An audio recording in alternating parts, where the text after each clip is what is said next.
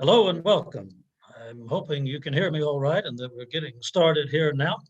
My name is Taylor Hagood, and it is a pleasure to get to spend this time with you. I'm a professor of American literature, but I wear quite a few hats. And one of those is that I grew up in the household of a magician. And in fact, I do quite a bit of magic myself from time to time. But tonight, we're talking about the life of Harry Houdini, and I give this lecture on a fairly regular basis, but this time it's a little different because we're going to be looking at the ways that Michigan played into Houdini's life, along with looking at his life, and also the ways that Michigan has become a very important place for magic. So that is what we're going to be doing. And I have to say, I'm very excited about this. Now, before I begin, I do want to say one thing. Magicians' lives are very interesting. Magicians have secrets of their magic, of course, but their secrets don't stop just with the magic tricks they do. Their lives, typically, magicians' lives are layered with secrecy. And Houdini's is one of the most layered of all. Now, there's not much in Houdini's life that is not contested in one way or another. And people are constantly writing books and articles on Houdini, constantly unearthing new things, new artifacts, new details. Sometimes these contradict already accepted knowledge. So this thing can take many different forms. And I want to say that one of the most cutting edge resources is a blog and called Wild About Harry. And in there you can find constantly things there. So if you're interested in Houdini, these are great ways to find out more about what's constantly going on in the world of finding out about him. And tonight I'm not going to be able to deal with everything because we don't have 6 hours, but I do hope to try to capture Houdini and to get an idea of his personality, even with the secrets about him, and even the things that maybe we don't know for sure. Well, we're going to see what we can do with this. All right, so with that being said, I want to share my screen with you and start out with this image. It's one of my favorite of Houdini's photographs. I love it because it blends mystery and intensity and an exoticism. There's something exotic about this picture. Look at those eyes. You know, Houdini's, there was an entire aesthetic about Houdini. And I hope that we can keep this in mind. I think this is a picture that captures magic. There are many great magicians out there. There are many famous magicians. But few have been able to arrive at the legendary status that Houdini has. Probably nobody. So Houdini, in many ways, is magic. He's magical. With that in mind, let us begin. All right, with that drum roll, we will open the curtain on Houdini's parents. Now, by the way, if you are interested later on in any chats or anything, this is something you can, if you have any questions, you can access it on Zoom by chat. So this will be something we'll do when we are finished up here. But here are Houdini's parents, Cecilia Steiner and Rabbi Maya Samuel Weitz. And Houdini's name when he was born was not Harry Houdini, it was Eric Weitz, and he was born in Budapest in Hungary. It turns out that his family, some of his family is from the Lake Balaton area in Hungary. And I have to tell you, if I may share just a little personal story, I'm originally from North Mississippi. I was born in a little town of Ripley, Mississippi, about halfway between Tupelo and Memphis. And much of my family lives in Mississippi and Tennessee and lived in different places over the years. But all my life, I grew up, of course, hearing about Elvis Presley. And I have to tell you, one time I was visiting in the Lake Balaton area, and it was not Houdini who abrupted into my life, but Elvis. There was an Elvis impersonator, a Hungarian Elvis impersonator. And every time this impersonator would sing these Elvis songs, I had to go to this show. And every time he would sing these Elvis songs, pretty well in English, he would finish up and he would say, Cousin Zipan, Dankeschön, and thank you very much.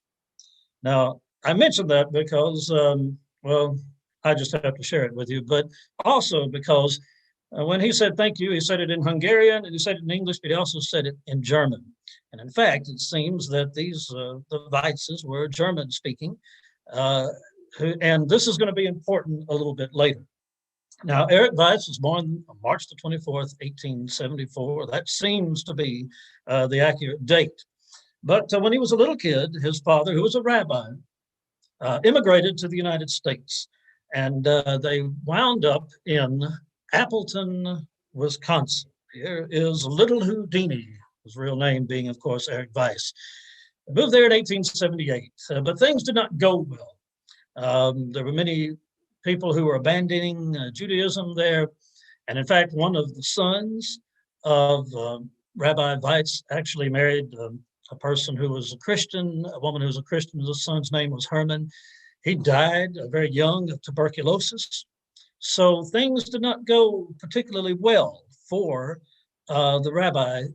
In fact, he moved around a little bit there and eventually actually made his way to New York, originally just with Eric, and then the rest of the family came along, and they were living at various addresses on the east side there in Manhattan. Now, Eric was growing up and he was very athletic. In fact, he too was drawn away from the religion he had been born into, I guess you would say. He was fascinated with acrobatics, and he was fascinated with any kind of athleticism and showmanship, you might say. In fact, he was involved in boxing and running, and you can see a photograph of him here on the left. Now, by the way, he was at age 13 in 1887 when they moved to New York. But you can see this photograph of him here with these medals on. Now, it's not clear exactly when he got interested in magic.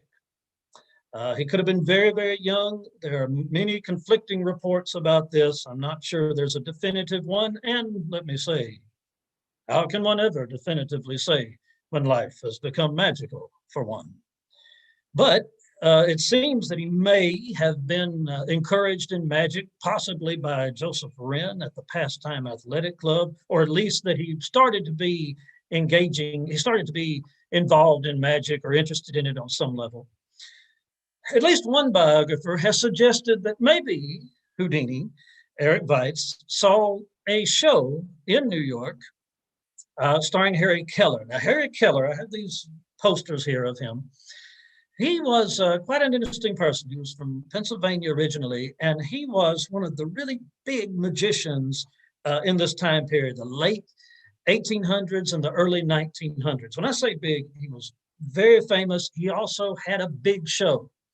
Now, in magic at that time, there were a couple of big major stars. One of them was a man named Alexander Hammond, who was French, and he had a big show. Harry Keller also had a big show.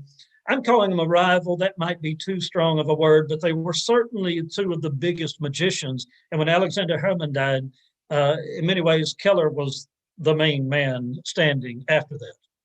Now, it seems that some have said that maybe Houdini went to one of these shows, and if he did, he might have seen Harry Keller do an escape, a wrist tie, where he gets his wrists tied up, and there are many ways this could have been done, and he escapes from it. Probably did it in a humorous kind of way, maybe drawing on an old escape kind of style that was done in the 1800s by the Davenport brothers. But anyway, now, by the way, when I do this lecture in person, I usually have people come up and we do this wrist tie and escape, but I really can't do it in this format. But maybe someday we'll get together in person for it. But if Houdini did see that escape, it may have been the first one to inspire him toward becoming an escape artist. So it may have been that, but one thing we know for sure is that Eric Weitz at some point was able to read a book by this gentleman, Jean-Eugène Robert Houdin. Now, you can tell from his last name how close his name is to Houdini. In fact, when Eric read this book, and it may have been more than one book written by Houdin in translation, Houdin was French, it inspired him. Now, just a word or two about Robert Houdin. He was quite an interesting character. He had his own theater in Paris. He had experience as a clockmaker, and in fact, he was able to construct a number of automata, including one that was a writing machine, a person that could write, could sort of wind them up and write, filled with all these cogs and so forth. In fact, this particular automaton was sold. He sold it to P.T. Barnum at one point. But he also was a magician, and he wrote these very interesting books. In one of his books, he wrote a memoir and also a book about how to do magic. In one of his books about magic, he wrote this very interesting line. He said that a magician is an actor playing the role of a magician. Well, that's quite a thing to think about. What exactly does that mean? That's an interesting layering of, well, performing and acting. And what is that fine line between acting and lying? These are some interesting questions that Houdin, I think, brought up implicitly. Those and also his showmanship and many other things, just this idea of living a life that is enchanted with magic, where you travel around and you fool people. It's an interesting power, the idea of fooling people. Well, this was enough to inspire Eric Weitz. He ended up changing his name to Houdini. There's a lot of talk about how this happened. The general consensus seems to be that a friend had loaned him this book, and that, or one of these books by Houdin, Robert Houdin, I guess you would say more properly, and that Houdini, this friend told Eric Weitz that if he added an I to the end of his name, that he would be like that person, so Houdini. Now, the question about Harry, where did that come from? Some have said that Eric and Harry are pretty close names. You can morph one name into the other. Maybe he was inspired by Harry Keller, who knows? But whatever the case, this was this name, Harry Houdini. There was a very interesting book published just a year ago entitled The Life and Afterlife of Houdini. And it had some really interesting points about that name, Houdini. It has the word who in it. It's kind of this fundamental question, who? It has those three syllables, Houdini. Even though he's building his name on a French magician, it has kind of an Italian ring to it. But it's quite a name. It was a very valuable name in the end to choose for Eric Weitz. And it has gone down in history. I mean, it's just a name in itself now, Houdini. Well, what did he start doing as a magician? On the left-hand side of your screen, you'll see a photograph of Jacob Hyman, and it seems that he may have been the friend who introduced Eric Weitz to Jean-Eugène Robert Houdin. Well, these two fellows, Eric, now Harry Houdini, and Jacob Hyman, began to perform, calling themselves the Brothers Houdini, the Houdini brothers. They weren't actually brothers, but they were performing that way, but that didn't last. And then Houdini's real brother stepped in. Here's a photograph of him here on the right-hand side. This is another picture I love very much. As much as I like that intense version of Houdini, I like this one where he's smiling too. There's something nice about it. Anyway, here's his brother. His name was Theodore, but everybody called him Dash. And he went by the stage name of Houdini. And in fact, he would outlive his brother and continue to do escapes and magic for quite a long time. His name was he went by the name of Houdini. Now, they did magic, but one of the big things they did was called the metamorphosis escape. This one's very important. I suspect you've probably seen somebody do it, maybe on television, maybe even in real life. What they would do is bring out a large trunk, and one of the brothers would be tied up, maybe even handcuffed, but tied up, get inside the box. The box would be locked, this big trunk. Maybe ropes would be put around it. And then the brother who was not locked in there would stand on top of the box with a big curtain, fling the curtain up over his head. And then as the curtain fell, they had made a switch. The other brother had gotten out of the trunk, and the one that was locked in was out of the trunk and had the curtain down and threw it down. And then opening up the trunk, they found that the other brother now was locked inside. Now, this is an illusion that is done, an escape, an exchange that's done very quickly, ideally very quickly. The quicker you can do it, the more devastating the impact. Well, they were doing this, and this is how they began to make a name for themselves, and they were going to various places to do this. They were not a big deal at this point. Nobody was throwing a parade for them at this point. Now, while they were doing this, starting in this career in show business, if it was even going to become one, their father passed away, died on October the 5th, 1892. He had had a very sad time in life, and I often wonder about how the world looked to him. What was it like for his son? Again, my father wears many hats, but one of them is he is a magician. He goes by the stage name of Madrican. And I grew up around magic, but my father did not. He became interested in it when he was about 8 years old. But it created some conflict with his own father, who was worried that my dad was working in the black arts somehow. And this was a problem. And so I wonder about how it was for this gentleman, to see his son going off into magic. Now, the other thing I'll mention about his passing away is that he seems to have said to Houdini, please see that your mother is taken care of. Now, let me say this. Houdini was extremely close to his mother, very close. He loved her very dearly. And in fact, he told her somewhere along the lines, probably around this time, that not only would he take care of her, but that someday he would come in and he would shower gold coins into her lap. Well, we'll see if that happened. The brothers Hardin took their act. It seems, again, this is contested, but it seems that they took their act to the 1893 World's Fair in Chicago, that white city that's has been written about in such dramatic and effective ways. Now, it may have been that they were together there doing their metamorphosis act and others, maybe magic tricks. It seems that also that maybe Houdini was doing some other things there. He may have been impersonating an Indian, who knows? But anyway, also there at that time was a man who will become important a little bit later in our talk tonight. His name was Howard Thurston. You see a picture of him. He was from Ohio, and he was there doing some, who knows quite what he was doing. He may have been actually introducing Little Egypt, who was a belly dancer of some renown at that event. Let me just tell you. I should say risque renown. Anyway, he was giving this, he may have been introducing her, but these two gentlemen, Howard Thurston and Houdini, would go on to be friends, sometimes kind of enemies, but for the most part, friends. And they would take two different routes. It turns out that Thurston, when he finally made it big, he ended up taking over Harry Keller's show. And he really came into the big show, and he was in line with Herman and Keller, and then it was Howard Thurston. Howard Thurston, he had had some training as a minister. He had a very smooth voice. He was always very well dressed. He had wonderful manners. Houdini was not that way at all. Houdini was a scrapper. He stood maybe 5'5", 5'6". He was always kind of an outsider. He was full of energy. He never rested.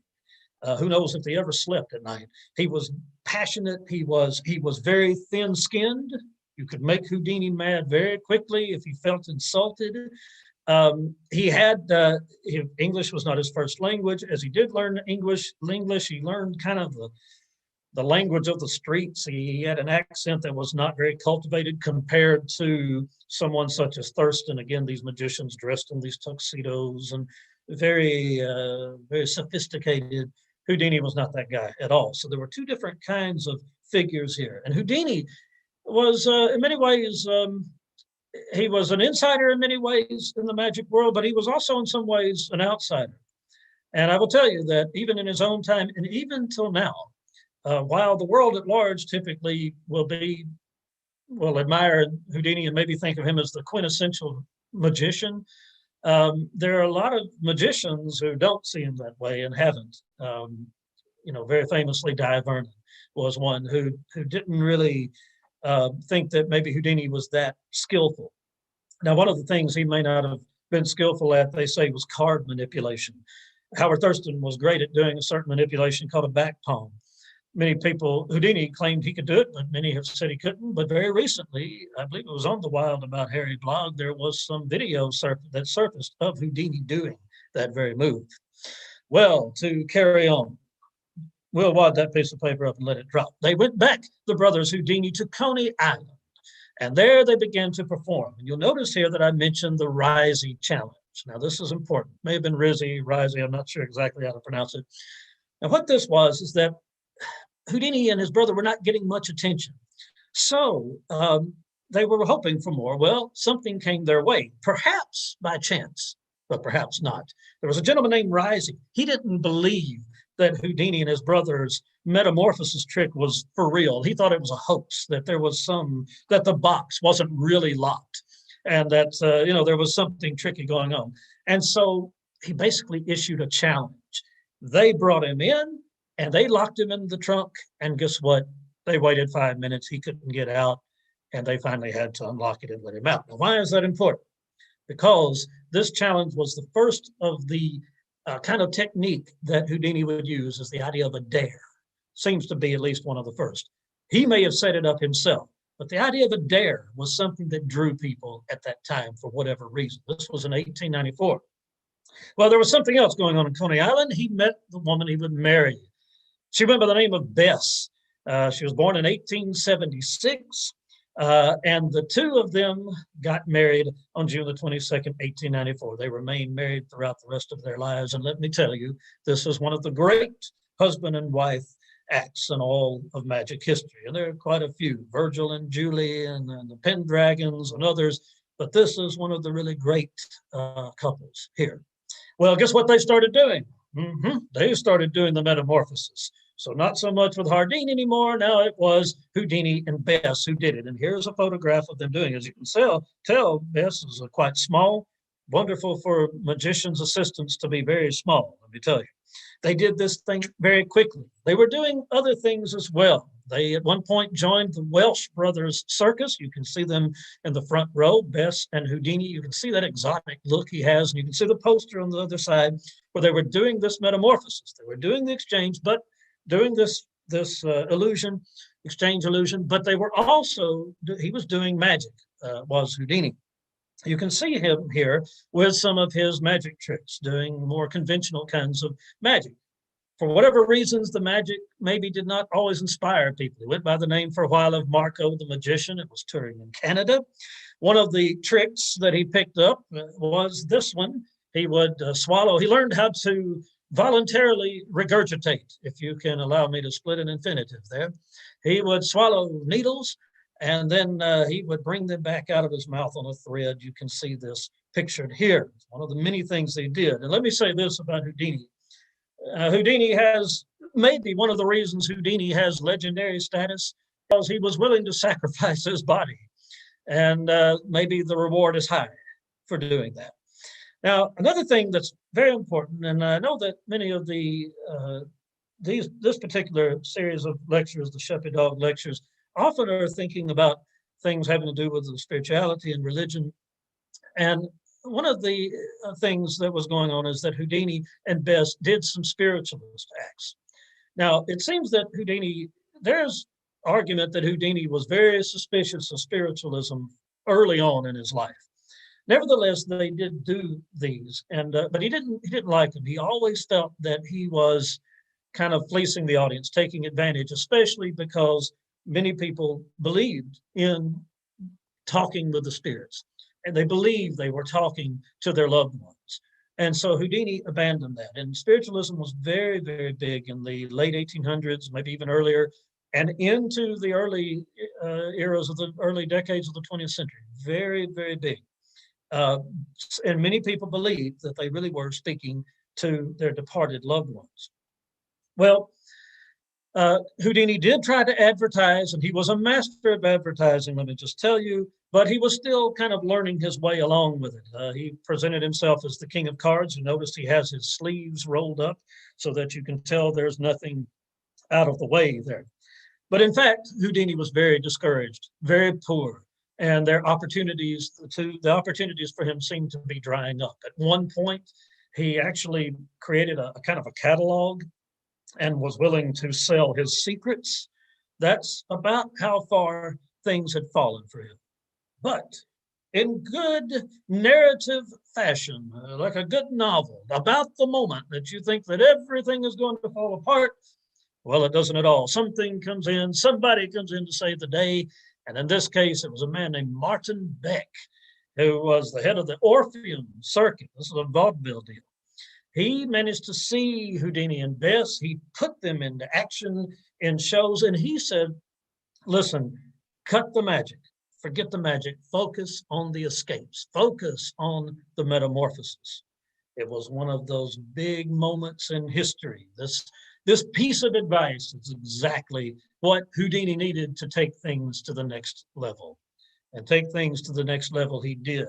He poured his entire heart and soul into the art of the escape. Here he is, the world's handcuff king, prison breaker. Now let's talk about this a little bit, because this was the turning point. What Houdini began to figure out is there was a tension and an excitement and a suspense in the escape. And it wasn't just the escape. It was the idea that you could build tension with it. He had already learned the value of a dare. And he had also learned the value of creating the dare himself, having somebody else do it, but he's the one who's engineering it, much as P.T. Barnum had engineered a lot of his own advertising. Well, Houdini would do something what he basically got into a habit of doing is going to a town, and he would set up some advanced notice there, and he would maybe set up a situation where he would go to the local jail. And it may even be a big place like Chicago. And he would go in and he would say, lock me up in your toughest chains, your toughest handcuffs, and your toughest jail cells. And then we'll see if I get out. And by the way, he would bring in some reporters too, and give them a little something to drink as, something to do while they waited. Well, he would go out. Now, very often he could get out of an escape very quickly, but he didn't always do that. Sometimes he did. Sometimes he would drag it out to build the tension. Now, for a lot of those jail escapes, he didn't do that. But what's interesting about Houdini, and many have said this, is that idea of escaping confines, resonated with audiences of his time. That maybe he touched something deep about trying to escape, maybe life in general. Now, he began to tour and he began to become a big deal. In fact, he was able to fulfill that promise of showering those gold coins in his mother's lap. Then he went to Europe. He was in England, he was in Germany, and by the way, he spoke kind of a version of German, and so he could get along fairly well, and he was a big deal in Germany. In fact, there was one point, the German authorities, the police were very upset about him getting out of the shackles that they had. And they said, no, there's no way he can do that. We have the best shackles in the world. So but anyway, he actually had to go to court. The police were basically accusing him of, libel. And he said, look, lock me up and I'll get out. And the judge let him do it. And sure enough, he got out and he turned out just fine. Well, he was a huge deal, Houdini. He was getting to be bigger and bigger. And again, the fame was not so much the magic as it was the escapes. Here he is. You can see, look at the power of these photographs. You can see he's barely dressed. A lot of times what he was trying to show was that, he would actually be all the way naked maybe. And he was showing, hey, I don't have any keys hidden on me. Now, you'll notice all the different kinds of locks that he had. There were many of these. We don't have time to go into all of them, unfortunately. Many different kinds of escapes. And by the way, he would challenge people to come on stage and bring handcuffs with them for him to get out of. Now, he did inspect them to make sure that they were honest to goodness handcuffs, that they weren't gimmicked in some way or made to where nobody could get out of them. They had to be real handcuffs. But you can see very, very good looking guy in good shape. And the power of this imagery is immense. And it helped to create that image. He was very conscious of his image. One of the things he did one time in the way of advertising is he had a bunch of gentlemen have they were bald and they had letters on their heads, Houdini. And then people would walk by and they would take their hats off and you could see the name Houdini. He was very creative that way. He was also very obsessed with locks. He was able to amass a tremendous number of handcuffs and locks. He was an expert in picking locks, and that's what he did. So, he didn't sleep too much. He also started amassing a massive library of magic books. He got interested in magic art, and he was highly energetic along these lines. Now, he had to put some of this stuff somewhere. He ended up buying a house on 113th Street, West 113th Street in Harlem. So in 1904. By the way, just very recently, there's a big, if you happen to be interested in magic and you don't know about this, there's a big auction held a few times a year at least, called the Potter and Potter auction. And Houdini, some Houdini items from apparently his home came up just recently. And there's some, by the way, some great Houdini museums around in Pennsylvania, also in New York, and maybe in New Jersey now, Houdini Museum as part of Phantasma Magic. All right, now we're going to blow this away, and we're going to deal, though, with Detroit. Guess what? For all the Michiganders, I don't know if you call yourselves that, Michiganders, Michiganites. I don't know. Maybe somebody can tell me. I visited your state a few times. I enjoyed it very much. I was in a wedding once in Grand Haven, Michigan, and it was in June, and it was 30 degrees at night, which was hard for me to understand. But anyway, it was very, very beautiful. Now, Houdini made a number of trips into Michigan. In fact, he was in Detroit quite a lot. Probably one of the most memorable moments was his jumping off the Belle Isle Bridge in Detroit in 1906. Got handcuffed, jumped in, and he managed to escape underwater. This was one of the many stunts. Now, here's the situation for Houdini. After a while, it's not enough just to escape from handcuffs. You have to keep upping the ante. Well, he forevermore did that. But while he was doing it, he was doing other things too. He was writing. Now, he didn't always do the writing himself. In fact, one of the people he had do a lot of his writing for him was a man named Walter Gibson, who went on to write a number of books on magic. And he ended up actually writing, I don't know, 100, probably over 100 novels, maybe, featuring The Shadow. You know him from maybe the radio program, The Shadow. Walter Gibson was prolific. This guy could write, 10,000 words a day and then get up and do it again the next day. Anyway, one of the books that Houdini wrote was called The Unmasking of Robert Houdin.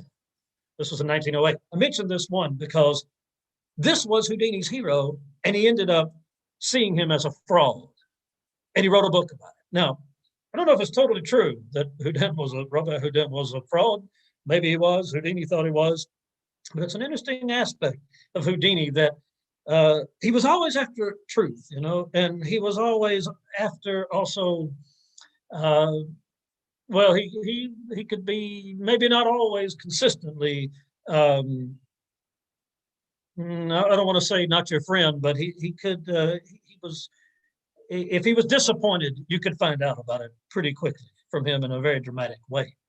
Now, what all was he doing in the way of upping the ante in his escapes? Well, one of the most famous is surely this one, the big milk jug escape, the big milk carton, the big milk jug escape. It's a kind of an overgrown milk container. It was filled with water. He would play this to the hilt. I remember the magician Randy, who passed away very recently down in Florida. He used to tell about Houdini doing this, and Houdini would announce, and there was a band playing, and he would announce in his very grandiose way that he was going to go into the water and hold his breath, and he would plunge into the water, and water would spill out everywhere, and he would invite the audience to hold their breath with him. You're in the audience, feel what it's like to be Houdini. Then he would come back out. He would say, okay, fill it back up with water. Now we're going to do it for real. Back down into the water. They would lock it, and they would roll a curtain up in front of that milk jug. Well, it turns out that Houdini got out of there in just a second. And it seems that he would actually sit behind the stage reading the newspaper. In fact, the assistants would worry that he was making too much noise, but the audience didn't know it. Their tension grew. How can he hold his breath? 1 minute, 2 minutes, 3 minutes, 4 minutes, 20 minutes maybe. Finally, he decided he had held them long enough, and he would come crashing out from behind the curtain, all covered in water and gasping with breath. Quite a bit of, acting there with that one. Well, this was one of the most memorable of his things. Now, also while he was doing this, I'll just throw this in. Many have seen him as being the first person ever to fly an airplane in Australia. Again, I'm not sure if this is true, but this was the claim for a long time. He became very interested. Notice his range of interests. He was interested in flying, and he was one of the pioneers. We'll let that plane fly away. One of the other things he started doing at this time was to do these suspended straitjacket escapes. Now, the idea of escaping from a straitjacket is totally original to Houdini. You can see his creativity and his innovation. this idea of doing this. There was not really a magic trick to this. These were real straitjackets that were not gimmicked. He just managed to contort himself out of them, and he would do it, as you can see, hanging high overhead in cities. And he was in all kinds of cities for this. Not totally clear if all of those people in the audience were there out of their own volition. Some of them may have been paid along the way. Again, he was very cognizant of optics. But something very terrible happened on July the 17th, 1913. His mother passed away. And to make it even worse, Houdini was not in the country. He was in Copenhagen at the time performing. Found out, was devastated, came back to the United States as quickly as he could. And it was a terrible, terrible thing for him. He was so close to his mother, and he was devastated for quite a long time. I mean, weeks, months, he barely could function. But he finally put himself back to work. And it seems that one of the things he may have done at the time that's very telling is exploring the idea of being buried alive. Now, there's some discrepancy about this. He may have been doing this or trying to do this as early as 1914, maybe in 1915, not clear. But what could be the ultimate escape? To be, if you're buried alive, can you get out of the ground? Very important kind of a concept, especially in the wake of his mother's death. He also did this wonderful thing of walking through a brick wall. He would have this wall erected. This is one of these classic Houdini things. He was able to put it over. There would be a little tent set up on each side of the wall. The edge of the wall faced the audience. He would go into one tent, and then he would come out the other side of the wall. Now, the way he did it was should have been obvious to everyone, but this is the beauty of magic. Someone can know how a magic trick works and still be entertained by it. It can be done. And Houdini understood that very well. And let me say this. Magicians are, again, their lives as magicians, their being magicians does not stop with a show or with their magic tricks. To be a magician is to think a certain way. It is to see a certain way. It is to be a certain way. It totally inundates one's life. There was a documentary on the magician Ricky Jay, and he talked about this idea of what you see as a magician. And this is very, very true. One of the great things about Houdini was he was able to put this over. And Howard Thurston, similar. The great writer on magic, Jim Steinmeier, tells a story of Howard Thurston bringing people on stage, watching a levitation, showing them how it's done. But it didn't matter. It was still wonderful. Something to think about. A magician who's an actor, who's playing the role of a magician. Well, maybe the most famous of all was this one, the so-called Chinese water torture or the water torture. Again, wholly a creation of Houdini's imagination. Powerful, powerful thing. You're suspended upside down, already disorienting, and then you're put into water. It's tight, claustrophobic. It was a very dangerous escape.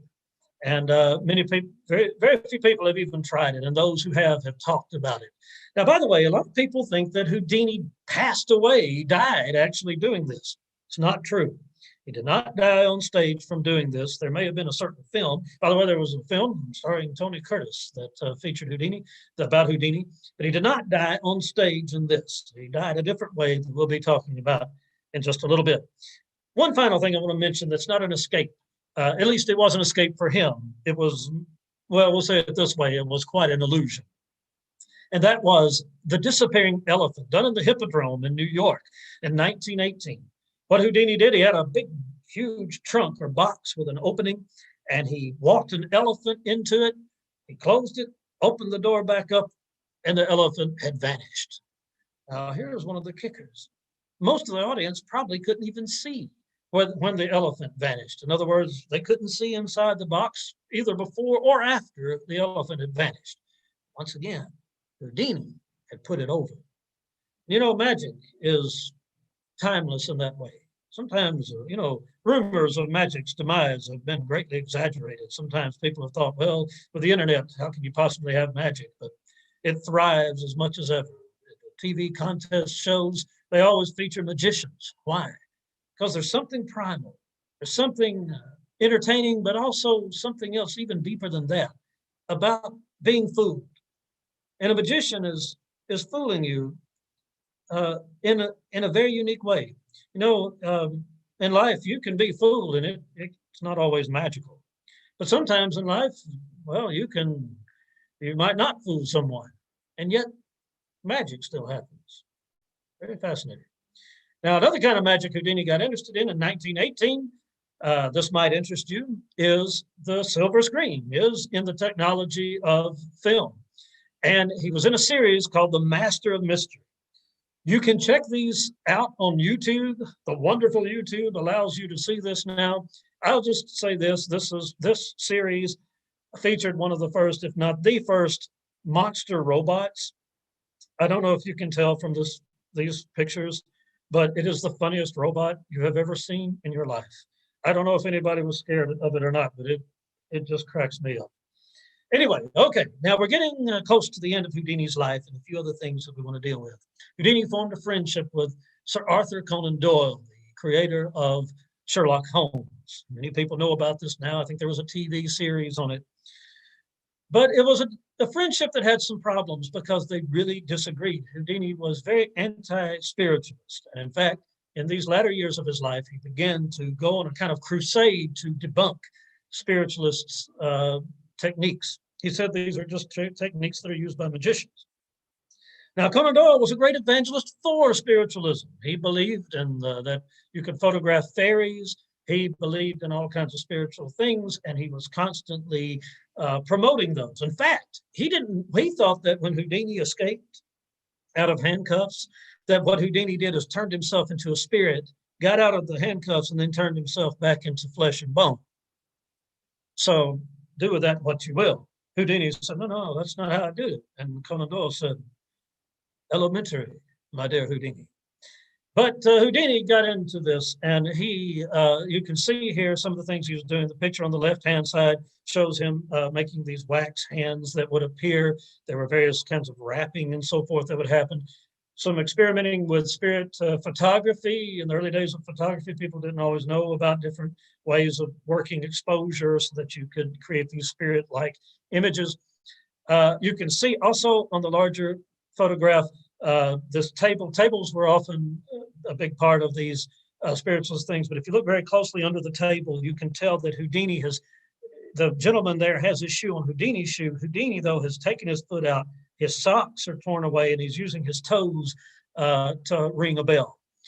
So everything seems, his hands and feet both seem to be pinned down, but in fact, they're not. This was one of the ways he was showing how these things could be faked. However, there were some things that Houdini could not explain. For example, this particular photograph, you can see the circle drawn on there. Maybe that Houdini could never quite explain how that photograph was done. And probably the most famous situation with Houdini was this lady, Marjorie the Medium.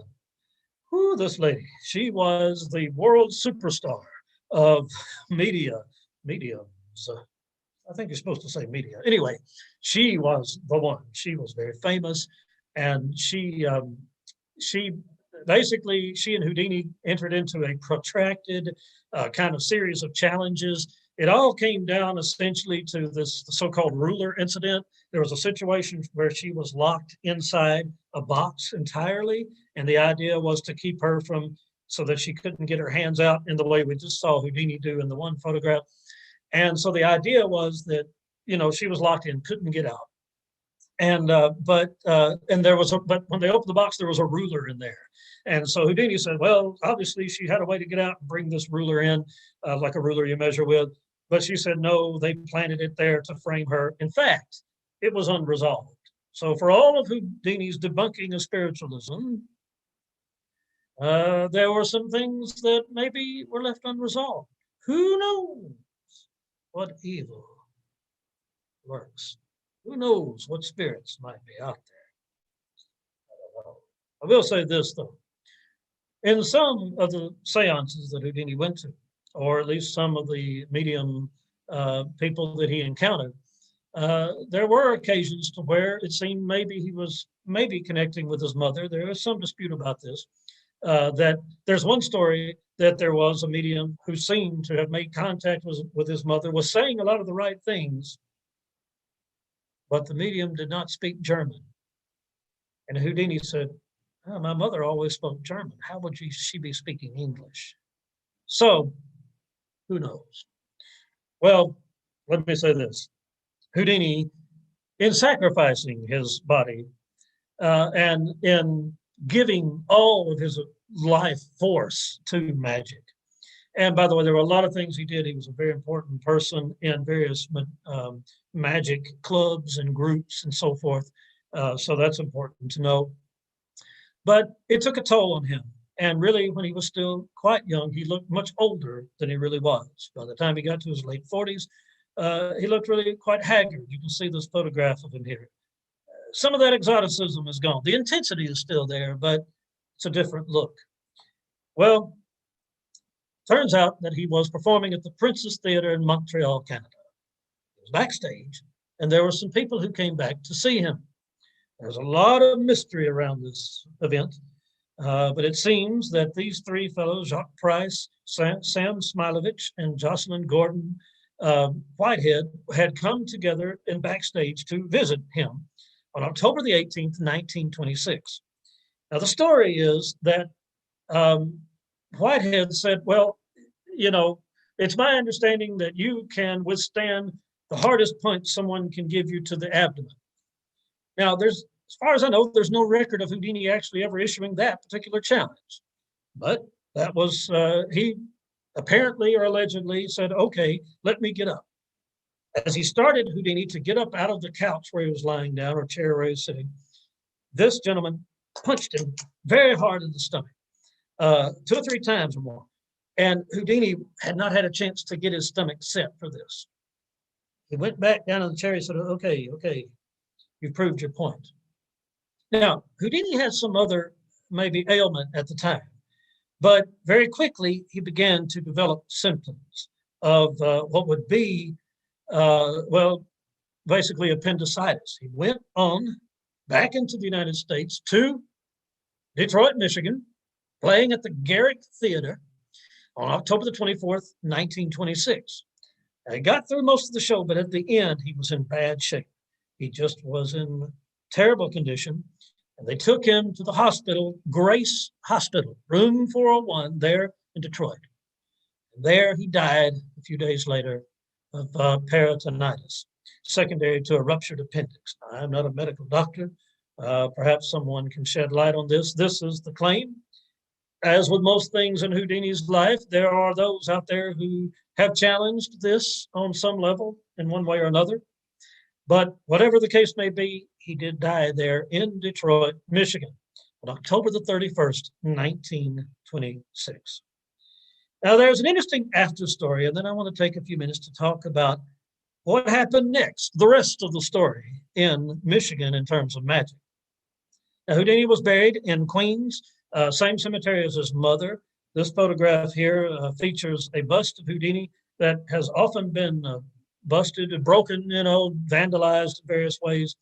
Apparently, my understanding is that the latest version of this has not been.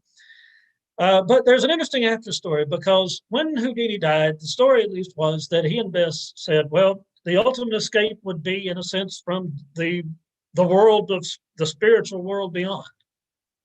And he left her a code word. And the idea was, he told Bess, whoever should die first, I think his idea was, if he were to die, that if it was possible to make contact, for the dead to make contact with the living, he would do it. So, on Halloween, the anniversary of Houdini's death, Bess held a public seance. And there she tried to make contact. And there's a picture of Edward Saint, who grew pretty close to her. There were others who did so. For 10 years in a row, all the way up to 1936, these seances were held. One time it seemed that they had made contact, but it turns out that Bess had been maybe intoxicated or maybe had some drugs and had let this code word slip.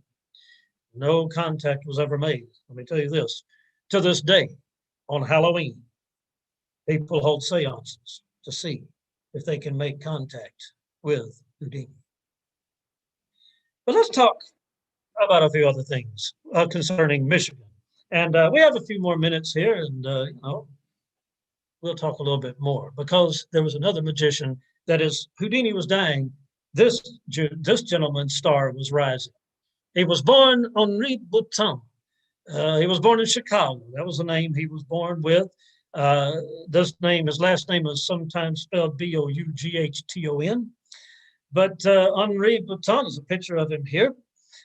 He was born and he was bitten by the magic bug at a very young age. And he saw, yeah, you guessed it.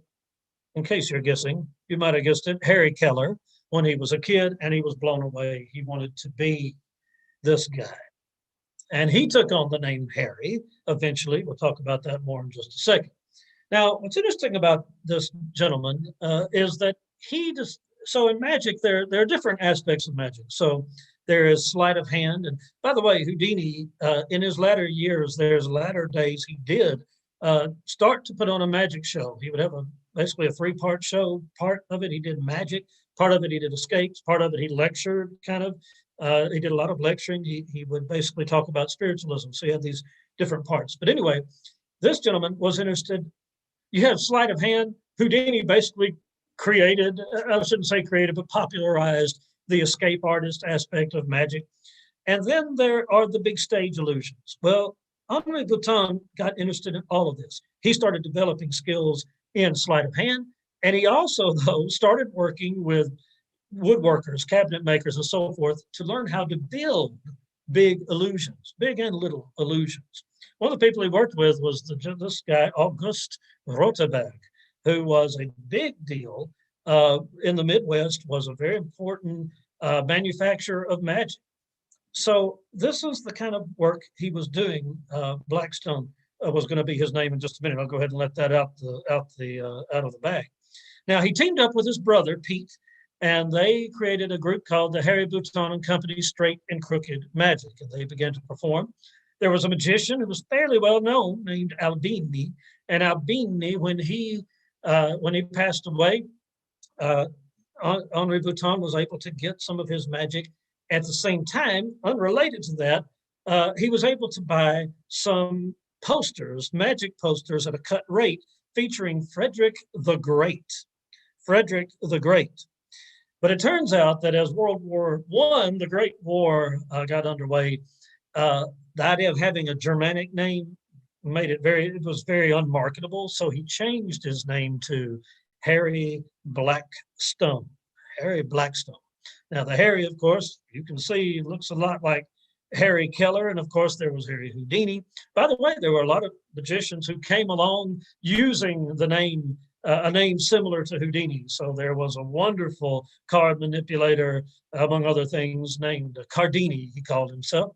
And then there was an Italian magician who immigrated to the United States, and he called himself Tony Slidini. He was on television. He did one of the great routines where he'd wad up a piece of paper and fool people sitting in a chair on the stage, but the audience could see what was happening. Did wonderful coin manipulations. Really a great and smooth magician. Well, Harry Blackstone, here he is. Picture of him on the right-hand side. And what's interesting about him, he in many ways was a rival to Howard Thurston, the person we mentioned before. In fact, he was ascending also as Thurston, I wouldn't say his star was fading, but as he was aging, we'll say it that way.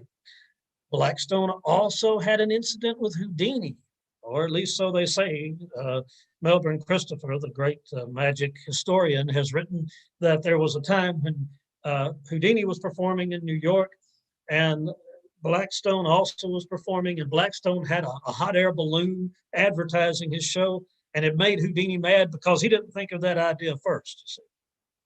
Well, Blackstone did some amazing, amazing shows. He didn't say much on stage, but he had big shows, and they were powerful. He had some amazing things. One of his most amazing illusions was the floating light bulb. It's been said that it was actually designed by Thomas Edison. So it wasn't enough for Edison to, just create a light bulb. He could make it float too. He did a wonderful thing where he did a dancing handkerchief. He would take a handkerchief from someone in the audience, and he would put it in a cabinet, and suddenly it would start to dance around. Nobody could tell how or why that was happening. He also did a great trick involving a vanishing bird cage. Probably one of the biggest things that he did was this one. You know about the idea of sawing someone in half. It's historically, it's usually been a woman, a beautiful woman put in a kind of a box, and then people will saw her in half, and then they put her back together, usually with super glue. But he took this to another level, did Blackstone. He used a big electric buzz saw. Very dramatic to see him do this. So it's probably the most effective of his illusions. Now, by the way, Blackstone was interesting because when Thurston died, he really was the big magician. He wore the tuxedos, as you can see there. And yet there was another part of him that was very earthy, closer to Houdini. He was an interesting synthesis in some ways of the Houdini side of things and the Blackstone or the Thurston and Keller side of things, you might say. Blackstone died in 1965, and then his son came along, and he went by the name of Blackstone Jr. He died in 1997. He did a number of the things that his father would do on stage. He too had a big show, had a very mellifluous, strong voice, and quite a style. These were some of the biggest and greatest magicians in terms of stage, big stage magic of the century. And they were, and guess what? They were all connected in Michigan. Turns out that Blackstone got out of the big Chicago city, and he ended up buying up basically an island in Sturgeon Lake, which is near a town I'm going to mention in a second. But anyway, they bought this, and they called it Blackstone Island. And what they would do is tour throughout the year, and in the summer months, Blackstone and his family would retreat to this island, and other magicians would come. And there they had a farm, and they raised, ducks and rabbits and other animals that they would use. And they maybe built effects, and they worked on, maybe tried out something for the next season. It was a gathering place for magicians. There may even be people in this audience who know about this more than I do, but it made Michigan an important center for magic. There are some places that have always been centers of magic. Chicago is one of them. Very important magicians there to this day. New York, obviously, think about Lieutenant's Magic Shop, Phantasma, I mentioned earlier, and many others. So there are many important centers. California is a major one with the Magic Castle. So there are important centers, but Blackstone made Michigan a major place. Now, as a center, it was the nearby town that particularly became important. Now, all my life, growing up, since I was born in the 1700s, I was always told that this place was pronounced Colon, Michigan. But I think it may be pronounced Colon, Michigan.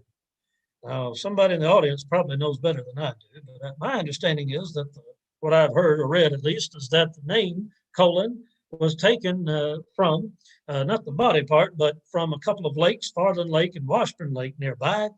And their arrangement on the map maybe looks one above the other, north and south, makes it look a little bit like maybe a colon. Well, guess what? It's called the magic capital of the world. Guess what? Or guess why? Because it was very close to Blackstone Island. And Blackstone actually ended up opening a magic shop there. In fact, this Blackstone Magic Company, he opened with an Australian named Percy Abbott. Now, Percy Abbott's one of the major figures in magic history. So in magic, you have very important collectors of magic. You have performers of magic. You have people who write about magic. And then you have the people who build magic. And there have been some who have been particularly wonderful and skillful. Percy Abbott is certainly among that number. He started out, he and Blackstone actually got together with their own company. It didn't last particularly long. It's been said that they both had fairly big egos, and so they couldn't keep that going. But he ended up opening the Abbott Magic Novelty Company in 1932. And so far as I know, I mean, knock on wood here in the days of coronavirus, but so far as I know, they're still in business. Now, they have created over the years some wonderful effects, some wonderful things. Here's one of the old Abbott's Magic catalogs. And you can see here some of the wonderful detail. They have these great, on the upper right-hand screen, you'll see this is called a kind of a side table, an end table. They made a lot of different kinds. They made some for McDonald Birch that had skeletons. On the left-hand side, a number of the tricks they made, a very nice magic table on the lower left-hand side. these are some of the great things that have been manufactured for the achieving of magic over the years. Well, I want to thank you so much for your wonderful attention. There's a lot more to be said about Michigan, and let me say that the cemetery in Colon, Michigan, there, by the way, there are multiple magic shops and have been in Colon, Michigan, at least there have been. And the cemetery there, if I understand correctly, by the last count, most recent count, there are as many as 30 magicians who have been buried there. So I want to thank you very much. And again, I'm a professor at Florida Atlantic University and have affiliation with my father's theater, Madrigan's Theater of Magic. Now, I'm going to stop sharing the screen, and I'm just going to be myself on here for a little while. And I see a few things are going on here. So I have some questions. Again, I want to thank you. Let me say, I hate that we can't do this in person because I love to get to be in the room with everybody and to get to just interact, you know. But we do have some questions here. So I want to thank you for those and again for your attention. So Susan, I hope I'm saying your name right, Bolthouse, it says, are you, meaning myself, a proficient magician? I would like to think so. I would like to think so. Also, Susan asked, did Houdini have a manager and agent? And what was Bess's role as his career progressed? He did have people that he worked with. The names escape me off the top of my head. That is something I should have put in there, but it's not in my head at the moment. But now Bess would be pretty important in his life as a magician all the way through. Maybe not always an assistant, but pretty important person in his life. Dan Creed, hello to you, sir. How might the feeling of the era, and particularly the fin de siècle at the end of the century, have influenced the taste for escape from death in the general public? Well, yeah, this is very important. There was something about this turn of the century time for any number of reasons. I don't think it's reducible to one reason why people were excited about Houdini escaping. I think that in different places it meant different things. People maybe felt confined in different ways. I would say this, I'm going to share a story with you on this topic, sort of related to this. There are so many stories about Houdini. And this one is not, this is, I guess, two stories. At one point, Houdini was in Russia and had a situation set up where he was going to escape in one of those Russian carts at the time, a kind of prison cart. And he had actually gone out ahead of time the night before and sort of rigged that cart up so he'd be able to get out of it. Well, at the last minute, as they were taking him out to it, they switched carts. Bess was there. This goes to Susan's point as well. Bess was there. She went into hysterics, started crying, rushed up to him and said, oh, I'm just worried you're not going to be able to get out. And she kissed him. And the story is that she passed some kind of device, a pen or something, so he could pick the lock as she kissed him. Who knows if that's true? There's another story about Russia, though, that's pretty interesting. He was in Moscow and somebody asked him, he asked people there, he said, what would you like for me to do? And allegedly there was a lady who said, I would love to hear the bells of the Kremlin ring again. And Houdini said, it's done. And the bells started ringing. Now that story is almost certainly not true. It was told by Orson Welles, who also was very much of a magic aficionado.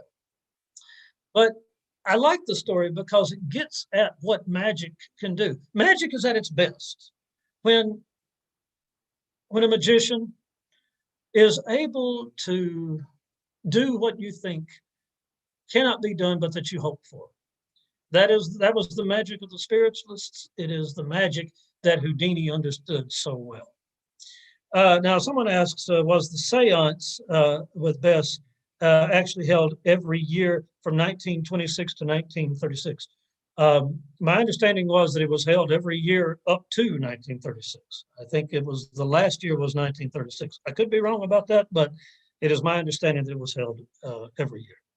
Okay, now let me see what is going on. Gail often asked, is it true that the water wasn't really frozen when he made his famous Belle Isle swim? I don't think it was frozen. I don't think it was. It mentions also that Hudson's department store sponsored this escape from the freight straitjacket off the Five Shoe Building. Yes, there were a number of department stores, in fact, in Detroit. And in fact, there was a recent article that Alan Klein, and by the way, I want to say thank you to Alan Klein for the invitation to be a part of this wonderful lecture series. I meant to do that right at the very beginning. Please forgive me, sir. And I want to also to thank him because he sent along a magazine, very recent magazine. I thought I had it with me, but I don't. Of Michigan history, and it talks about some of those department stores those department store challenge, how they played a role in those challenges. Somebody asked, did Blackstone Jr. have a TV show on PBS? I don't know that he had a regular running television series. Now, he was on television quite a lot. I mean, he did entire shows, television shows, or shows that were on television. To my knowledge, I don't really know about that. I don't know that he did. Okay, let me go up here a little bit more. Barbara Schwartz says, the cemetery, I'm assuming you mean in Colon, Michigan, is great. On a fine day, it's a great way to spend the afternoon. Thank you very much for that observation. Maybe we can make it up there. It's probably a good time to, hopefully when it warms up, to do that. Okay, someone says, I never knew we had a Colon, Michigan. Now you know. Any thoughts on the Daily Mirror challenge? Thank you for that. I don't know that I have anything particularly to say. Listen, there are so many challenges that Houdini did that, I mean, you could talk about any of them on and on, let me say. And, some of them, there's the sort of the mirror cuff challenge that is talked about quite a lot. And I think I've heard maybe David Copperfield has those cuffs at this point. I don't know. This one was particularly astounding. There are so many, so there's much to say about any of them. Every one of them, almost every one of them are a work of art. The showmanship and the skill is very, very tremendous, really. Okay, I'm going to go up here. Thank you so much, by the way, for all the wonderful comments. Let me see. Thank you so much. Berliners, I have the provenance from Houdini's brother to a guy named Nugent who acquired many cuffs and sold them to me. Thank you very much.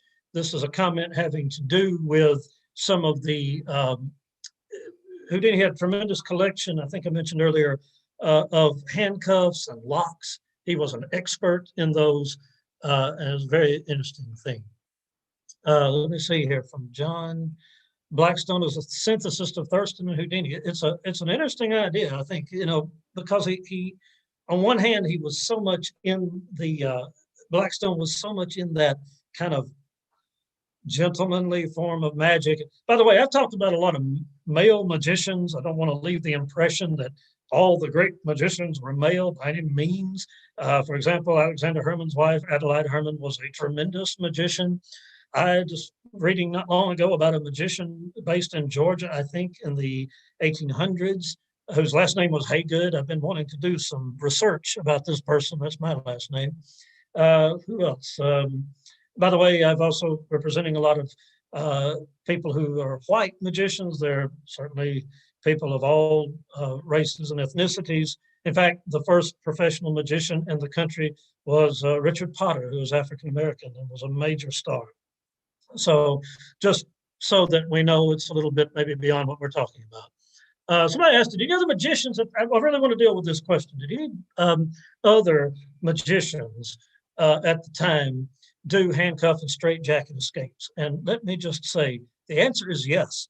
Houdini had a tremendous number of imitators, and he didn't like imitators. So imitation, of course, is the greatest form of flattery, they say. But in fact, I shouldn't say maybe he didn't like them, but he was very keen to make sure that he was king of the mountain. And he was quick to go and challenge those other people who did this. So there were quite a lot of people who did this. And then there were people after Houdini who did this. So Dunninger, who was also a big mind reader, he'd do this mind reading show on the radio. did that. And I mentioned Randy did a lot of escape artist work. Actually, Blackstone did some escape artist work. He did some escapes as well. Let me see. Michiganders, thank you so much. Michiganders. I thought maybe it was Michiganders, not Michiganites. Somebody's asking what type of handcuffs. I'm not sure which ones you're talking about. Listen, I'm not able to identify which particular ones he was using in a given moment, Houdini. But again, he had this tremendous collection of handcuffs and locks and so forth. Let me see if I can. I'm so sorry again about the beginning. We had a little bit of technical delay and difficulty there. Let me see. Children, no. No children for Houdini, at least not that I know of. Let me see. So Blackstone Jr. was one of the staff writers for the Smothers Brothers Comedy Hour along with Steve Martin. I have read that also. So thank you so much for sharing that observation, William Jacoby. Hope I'm saying that right, Jacoby. Somebody said, do people still do the seances on Halloween in Detroit?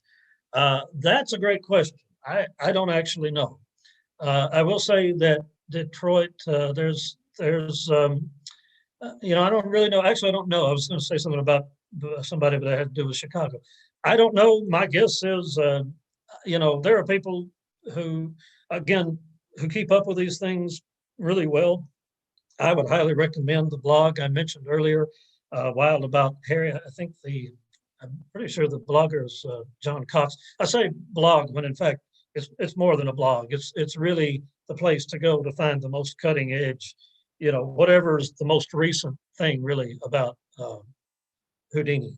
So I would say if you want to know if it gets to be Halloween, if we actually survive 2021, which is doing its best to be as stressful as 2020, I would say that check in around Halloween time, come October to that blog, and that would be one of the best places I would think to find out that information.